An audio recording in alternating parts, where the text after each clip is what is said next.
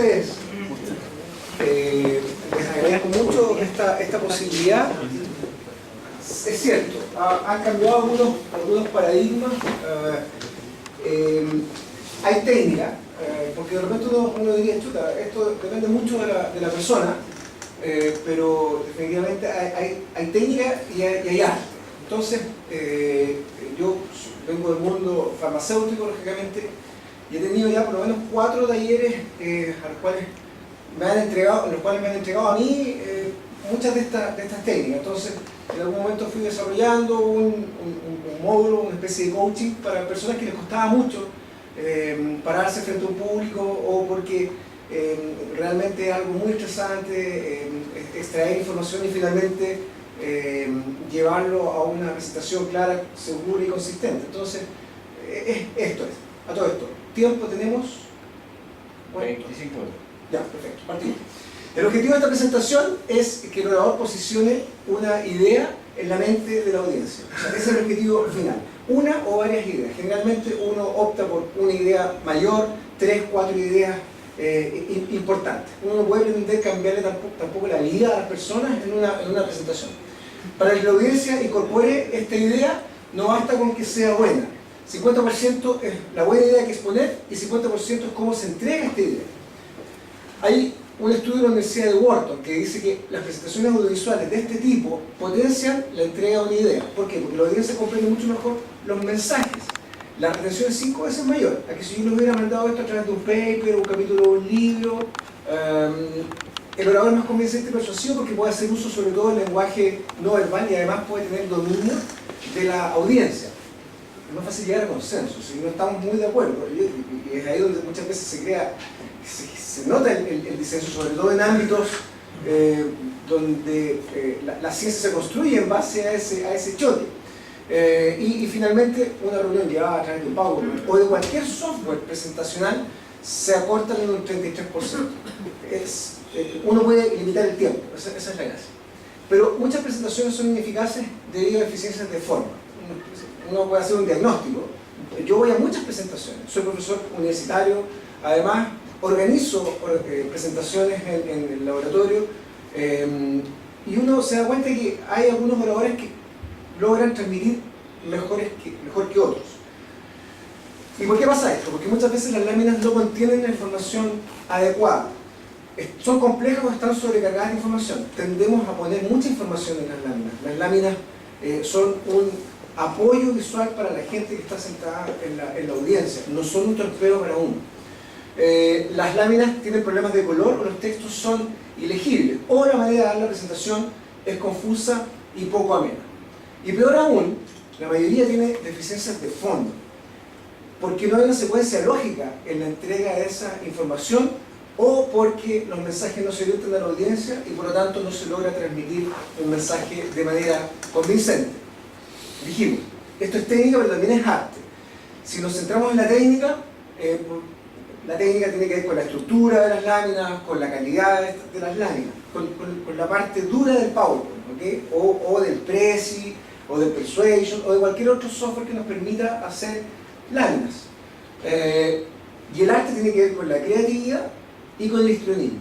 O sea, una persona que se para frente a un público ejecuta un papel de una persona que en el fondo maneja el tema, que se mueve con suficiente certeza dentro del ámbito que uno está exponiendo. Si uno parte disculpándose, por ejemplo, o sea, y yo lo he visto, no en ámbitos médicos, pero lo he visto, por ejemplo, hola, bueno, ustedes saben, me conocen, soy tal persona, no tú, mira, la verdad es que no manejo mucho este tema, pero voy a entregarles tal cosa. No, eso no corresponde. La verdad es que, claro, uno generalmente es muy autoexigente, entonces uno nunca está muy conforme con lo que va a presentar, pero eso no significa que yo tenga que estar transmitiéndoselo al resto de la audiencia. ¿Por qué? Porque voy a crear barreras cognitivas. Inmediatamente la gente va a pensar, chuta, bueno, si no maneja tanto el tema, entonces ¿para qué está parado ahí al frente? Y uno empieza con otras cosas. Bueno, el objetivo de esta charla es brindar una guía para estructurar una presentación, preparar apoyos visuales efectivos y finalmente pararse y dar esa presentación. Vamos al primer tema. ¿Cómo estructurar una presentación? Los libros dicen que la gente cuando le dan un tema para exponer, suele comenzar a trabajar en la presentación después del análisis de la presentación, después del análisis de la información. Entonces, si graficamos esfuerzo de autor versus tiempo, nos gastamos casi todo el esfuerzo en el análisis y la gran mayoría del tiempo dejando 2 o 3 días o la noche anterior para armar la presentación. Yo digo que ustedes lo hagan, eso es lo que dicen los libros. El enfoque, este tipo de enfoque de trabajo continuo, o sea, de ir haciendo una cosa y después la otra, aumenta el riesgo de cometer errores. ¿Por qué? Porque no se focaliza bien el análisis. O sea, si estoy analizando y todavía no estoy pensando en qué es lo que voy a decir en la presentación, entonces no focalizo bien el análisis. Tendemos a sobreexigirnos en algunas materias que después no vamos a hablar mucho. Después uno tiene la sensación de frustración de que perdió mucho tiempo en algunas áreas y dejó otras áreas un poco más férreas. Y además se deja poco tiempo para armar la presentación, generando problemas de forma y de fondo. O sea, si no tuve mucho tiempo para estructurar la presentación, es ahí donde uno de repente no queda conforme con cómo ordenó la presentación. La recomendación: trabaje en la presentación y en el análisis de manera simultánea. De modo que busca información, estoy pensando en el contenido. Analizo información, genero la estructura de lo que voy a decir. Emito conclusiones y ya estoy trabajando los borradores. Los borradores es la presentación al 90%, 80-90%.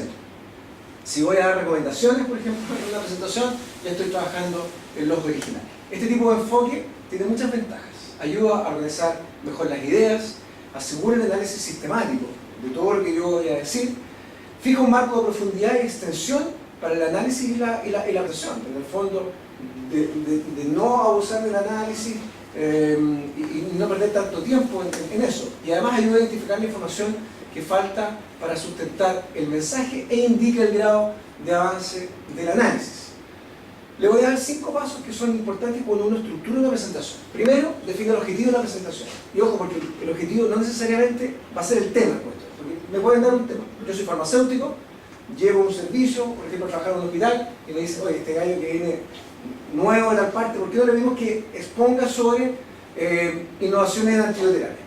Pero puede ser que el objetivo real sea convencer al comité de farmacia de la necesidad de contar con nuevos antibióticos. Y estas dos presentaciones son muy distintas, porque esto puede ser algo muy abierto, con estudios en fase 2, fase 3, de antibióticos que van a salir el año 2020, 2025. Eso de allá es con estudios de susceptibilidad local, con experiencias en otras clínicas, otros hospitales. ¿Se fijan? Entonces, son presentaciones distintas. Así que lo más importante es fijar el objetivo. Segundo paso, adecuar la presentación a la audiencia. ¿Cuál va a ser su tamaño? Para mí no es lo mismo hablar frente a 20 personas que frente a 150. O sea, y pudiendo ser la misma presentación. ¿Por qué? Porque se suman, cuando uno habla frente a mucha gente, otros factores. Por ejemplo, un congreso, donde yo tengo que llegar e insertarme dentro de un programa. Muchas veces uno llega buscando dónde le van a cargar la presentación. No siempre hay una persona que está de manera tan profesional como acá. Hay veces que uno llega y uno está como botado. Uno llega con un pendrive. Ya no pasa lo que pasaba antes, o no pasa tanto, de los problemas de compatibilidad. O sea, pero igual yo he visto pendrive que fallan, pendrive que lo reconoce el antivirus, los bloquea. ¿Okay? Entonces, recomendación también: 3 medios, por lo menos: pendrive, disco, correo electrónico. Con eso me hace el peso. ¿Cómo se compone la audiencia? O sea, va a haber otorrinos, va a haber administradores, va a haber estudiantes. ¿Quiénes van a estar en la presentación? Y eso por 2 cosas. Uno, porque fija un marco desde el cual yo puedo partir. Y 2, si es que yo voy a emitir algún juicio, un chiste, por ejemplo, que podría, ustedes saben que los chistes mayoritariamente son juicios de valor. Yo me estoy riendo de alguien o de algo. Entonces, ¿cómo reaccionará ante su presentación? Puede ser que yo sepa que voy a decir algo que le puede molestar a mucha gente. Entonces tengo que estar preparado emocionalmente y racionalmente para la respuesta. ¿Okay? Y finalmente, ¿cuánto podrá dedicar a su presentación? De aquí la relatividad del tiempo es fuerte. Uno lo está pasando, yo lo paso bien, la verdad, las cosas entonces el tiempo pasa volando. Y para la gente que está sentada, el tiempo es interminable. Entonces, uno tiene que estar con mucho control del tiempo. Tercer paso, define la idea más importante a través de un diagrama. En el fondo es bueno planificar en un papelito, en una hoja, de modo que, por ejemplo, aquí yo fui abriendo un diagrama de llaves y los 3 temas mayores es la estructura de mi presentación, en el fondo. Esto es lo que voy a tratar primero, los primeros 10 minutos, por ejemplo, después esto y después esto otro. Cuarto paso, el diagrama lo puede volcar en la estructura de la lámina. En el fondo, uno puede ir presentándole a la gente cuál es el índice y además en qué parte va en su presentación. Y eso ayuda mucho a dosificar, a ayudarle a la gente a dosificar. Y además, cuando voy entrando a cada tema mayor, hay que ir abriendo y cerrando, incorporando introducciones y resúmenes de lo que uno va a hablar. Quinto paso, comienza a trabajar en el contenido. Si la presentación es corta, o sea, usted tiene 10-15 minutos o poco texto, trabaja directamente en pantalla, imprima y verifique su secuencia de orden. En el fondo, trabajar directamente en pantalla, no perder tiempo marcando páginas o haciendo resúmenes, al tiro en pantalla. Y si la presentación es larga, 30 minutos o más, comienza haciendo un storyboard, en el fondo una secuencia de pasos. Aquí voy a poner una imagen, aquí voy a poner un video, aquí me voy a conectar a YouTube, aquí voy a hacer tal otra cosa. Finaliza cada sección, como ya lo dije, con resúmenes y conclusiones. Por ejemplo, un resumen o conclusiones, característica e implicancia, causa y efecto. Yo digo una cosa y eso significa que esto podría pasar. No dar a entender, decir las cosas tal cual son. Si la idea es muy importante, repetirla varias veces dentro de la presentación. Resumiendo entonces, cuando hago una presentación, trabaje en el análisis de la presentación de manera simultánea. Primer paso, define el objetivo de la presentación. Segundo paso, adecua la presentación a su audiencia. Tercer paso, define un diagrama. Cuarto paso, define la estructura de las láminas. Y quinto paso, trabaja en el contenido. Además, incluye introducciones y resúmenes a lo largo de su presentación. Vamos al segundo tema, cómo preparar apoyos visuales efectivos. Esta es la parte ya de PowerPoint o de Prezi, en el fondo el software con el cual uno se sienta más cómodo para preparar una presentación. La presentación audiovisual de este tipo, o sea, un computador, algún medio que envíe alguna señal a un proyector, es la mejor alternativa de hoy día. Piensen que, o sea, por lo menos yo vengo del tiempo de la pizarra, ¿cierto? Después los profesores más audaces tenían diapo, lo cual era muy difícil.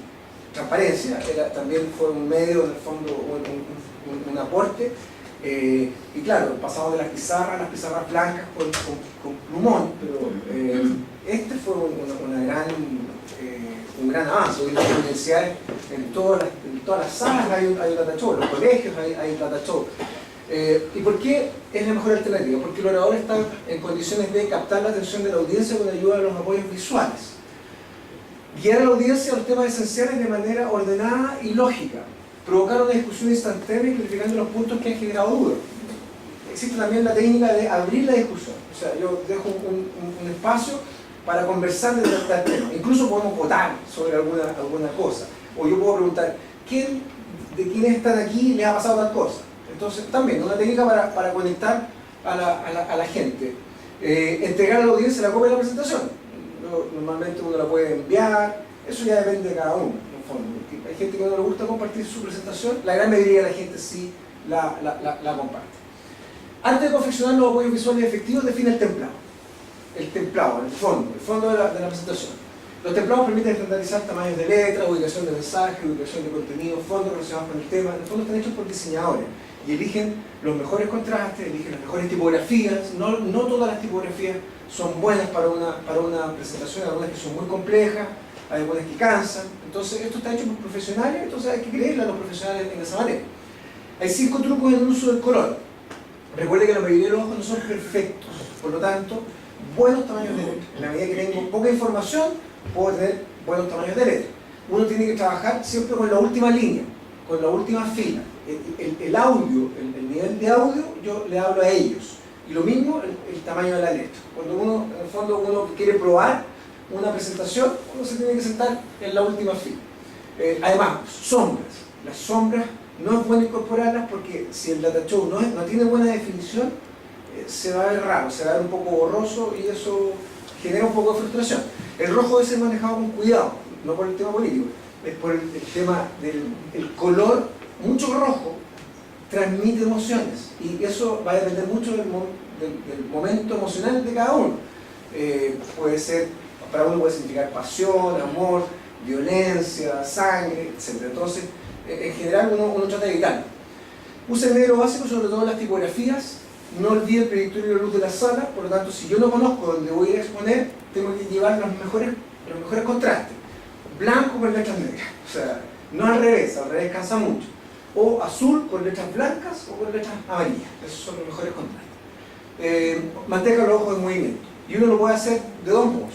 Con el paseo, en el fondo, empiezo a contar algo y me paseo y hago que todos miren para acá. O con armar la presentación. Armarla y generar movimiento. ¿Para qué? Para que no se queden dormidos y para que no se desconcentren. Ustedes saben, cuando uno fija la mirada, uno empieza a pensar en otras cosas, generalmente. Hay combinaciones de colores que deben ser evitadas. O sea, esto está claro. ¿Por qué? ¿Cierto? Al hacer una lámina, no olvide que el objetivo es hacer entendible lo difícil. O sea, en el fondo uno tiene que facilitar las cosas, no tiene que complejizarlas. Se puede usar la parte superior para comentar o para comunicar a través de mensajes. ¿Se han fijado que yo les he dicho muchas cosas arriba? El título.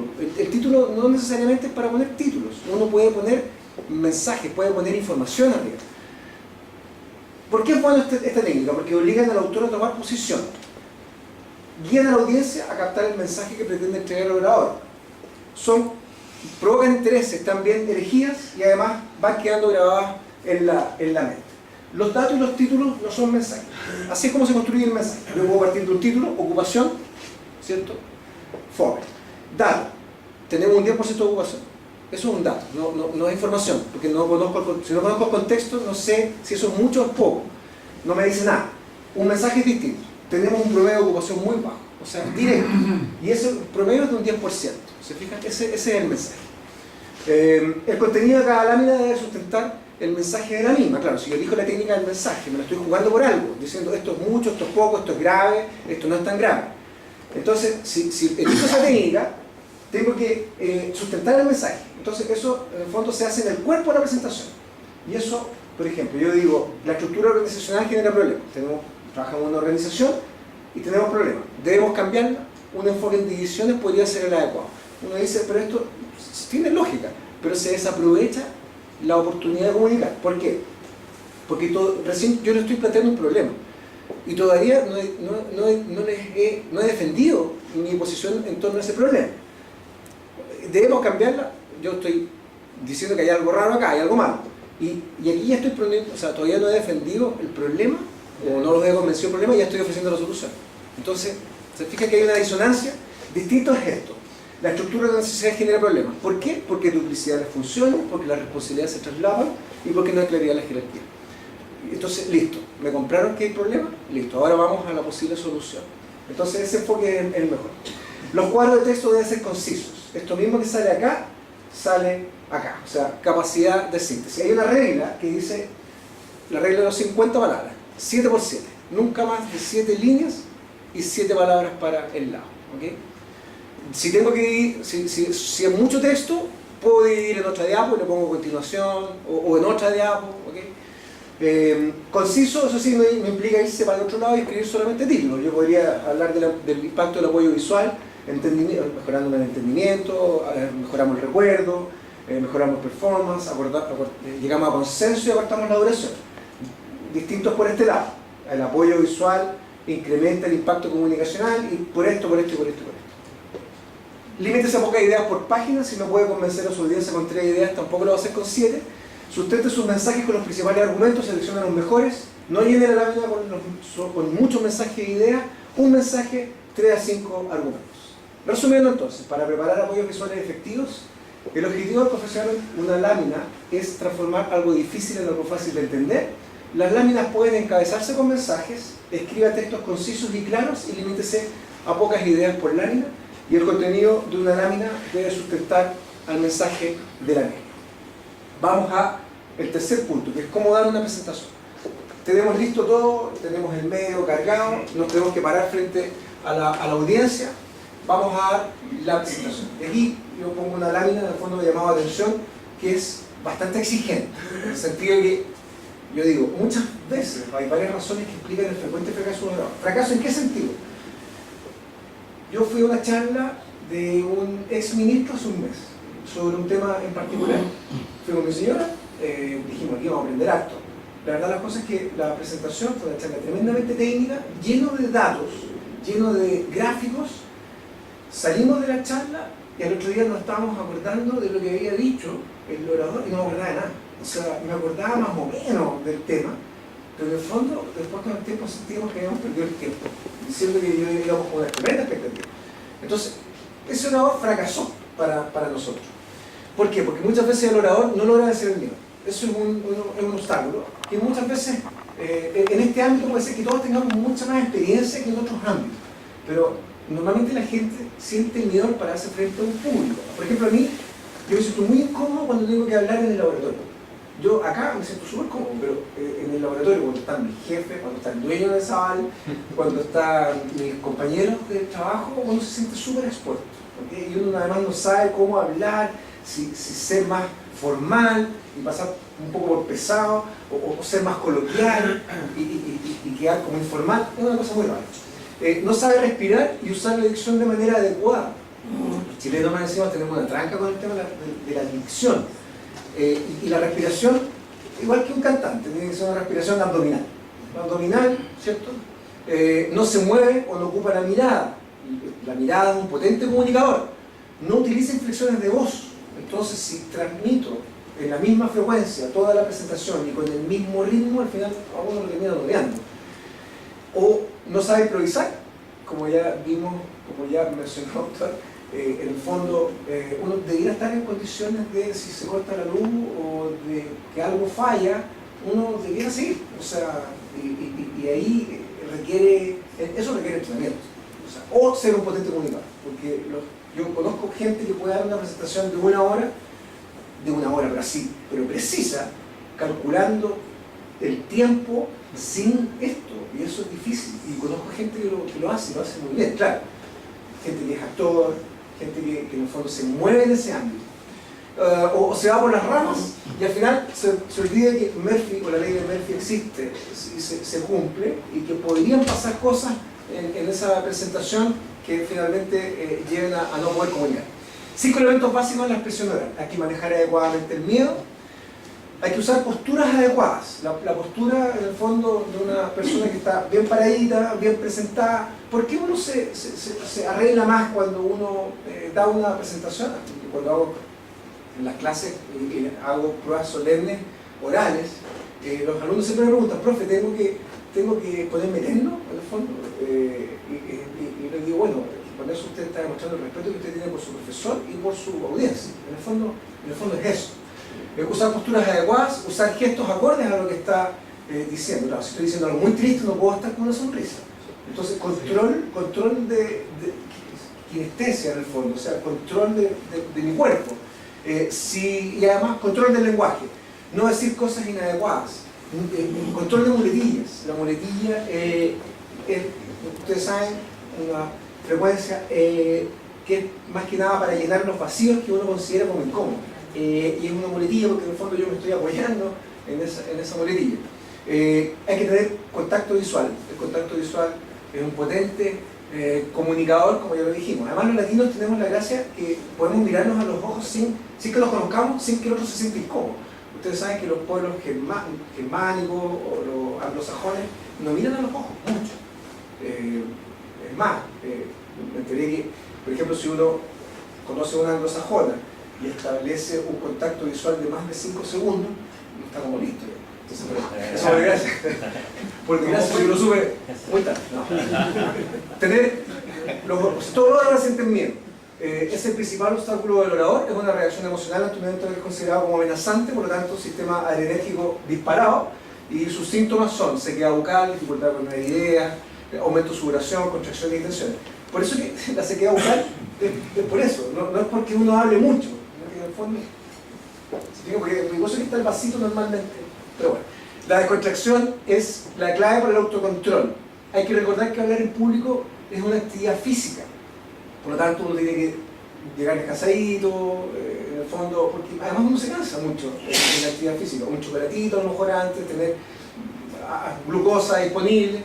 Hay que ser más emocional que racional, vibrar con lo que uno dice. Hay que moverse, cambiar de posición, ya lo dijimos por el tema del movimiento de los ojos, pero también porque uno al moverse descansa, ¿ok? Descansa porque si uno estuviera todo el rato en una posición se cansa. Es bueno sonreír, sonreír porque uno está transmitiendo seguridad, pero además por un tema de PNL, de programación neurolingüística. En el fondo, uno al sonreír, incluso al hacer el gesto de la sonrisa, uno está retroalimentando y libera endorfina. Entonces, y además se puede usar una técnica de relajación, o sea, si los nervios son muchos, antes de la charla, lógicamente, y ahí hay varias técnicas de relajación. Al final, la mejor técnica de relajación es pensar de que esto no es tan importante, o sea, ¿cierto? O sea, hay cosas mucho más importantes en la vida y al final la gente es muy condescendiente. Uno puede hacerlo pésimo y la gente va a salir y decir, estuvo súper buena la charla.